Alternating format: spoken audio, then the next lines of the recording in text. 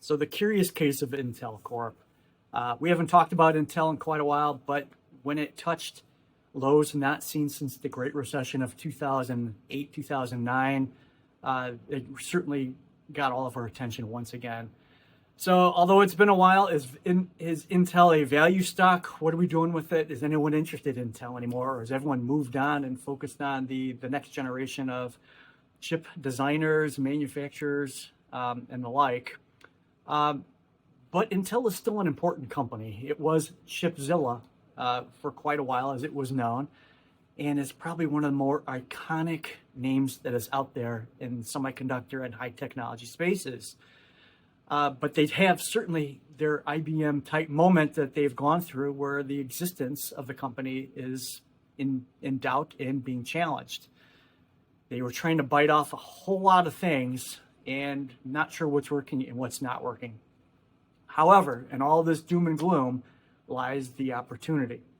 So as we know, Intel is the designer, developer, manufacturer, marketer, seller of semiconductors, microprocessors, chipsets, and software. They do a lot, and it's a critical component of the landscape for semiconductors.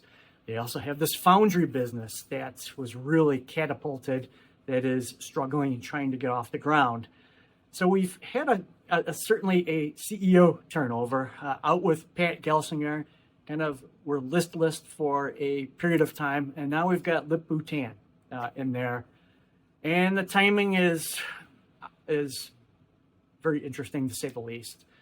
But Intel's got a lot of levers to pull, and let's see where things are at. They do have a lot of new products that have come out and more to come. Think about their Xeon chips, and I'm hearing more and more about their quantum chips that they have out there. Certainly, they have their spinoff of Mobileye, which was done not that long ago, but they still retain a very large stake in Mobileye, their autonomous driving unit.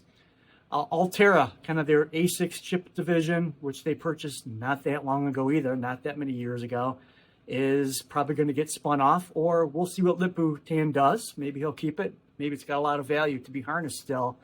But certainly the last we'd heard is that that's probably going to get spun off in 2026. Intel Capital, which is quite a big organization invested in many companies, is getting spun off in 2025 as a standalone company as well. So this is streamlining. There's lots of things going on. I'll be very excited to see what our new CEO does. And then, of course, we've got the CHIPS Act and what's going on with that. Of course, Intel has already received greater than $7 billion as part of the CHIPS Act, money that they've tucked away and used to expand, but now they've cut back or slowed up the expansion of a number of their projects.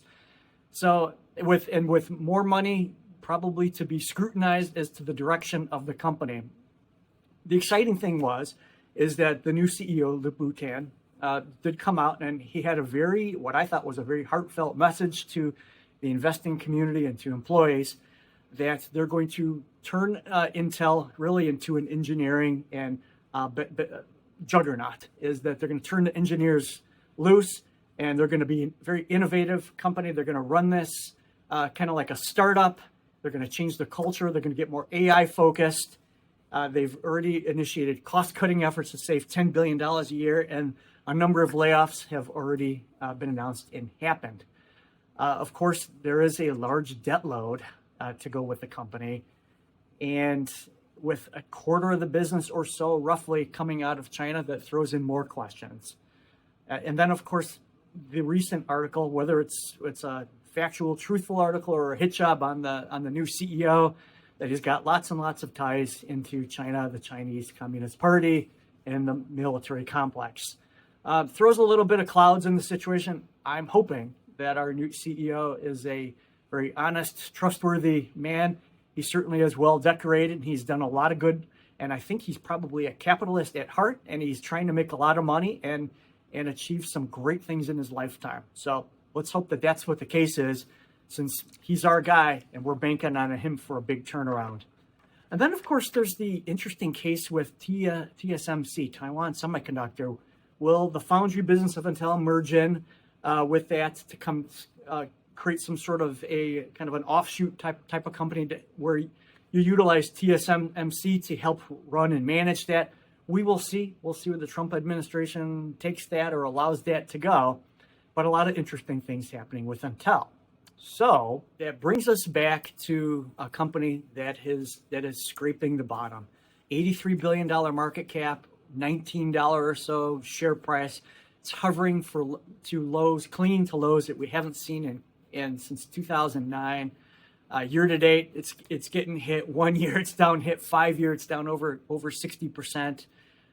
They've got some cash on hand, but they also have $50 billion in debt, which is a little bit scary. CHIPS Act, we don't know. Revenue clocked in at about $53 billion for 2024, and it's looking to be about $50 billion for 2025. But with all this tariff and trade stuff, we'll see. And that is down from $79 billion just in 2021. So Intel, which has been caught up in the downdraft, and it's not the only semiconductor company, but they had such grandiose plans and were trying to do it all at once, and they stumbled. So we're going to see where this goes. Analysts are calling for only about $22, $23 a share, but there are a lot of catalysts out there, right? It's what are they going to do with the foundry business? Innovation. It's still a good factor for innovation. What is Lip-Bu Tan, the new CEO, going to do? What's going to happen with that CHIPS Act? Is there going to be a government bailout, or are we just going to keep plodding along, or will he be able to reignite this company into the greatness that I think it can become again? As for me, I've got quite a few shares of Intel, 1,676 to be exact. I'm in a holding pattern. I'm just holding. It wasn't an account where I was dripping in money.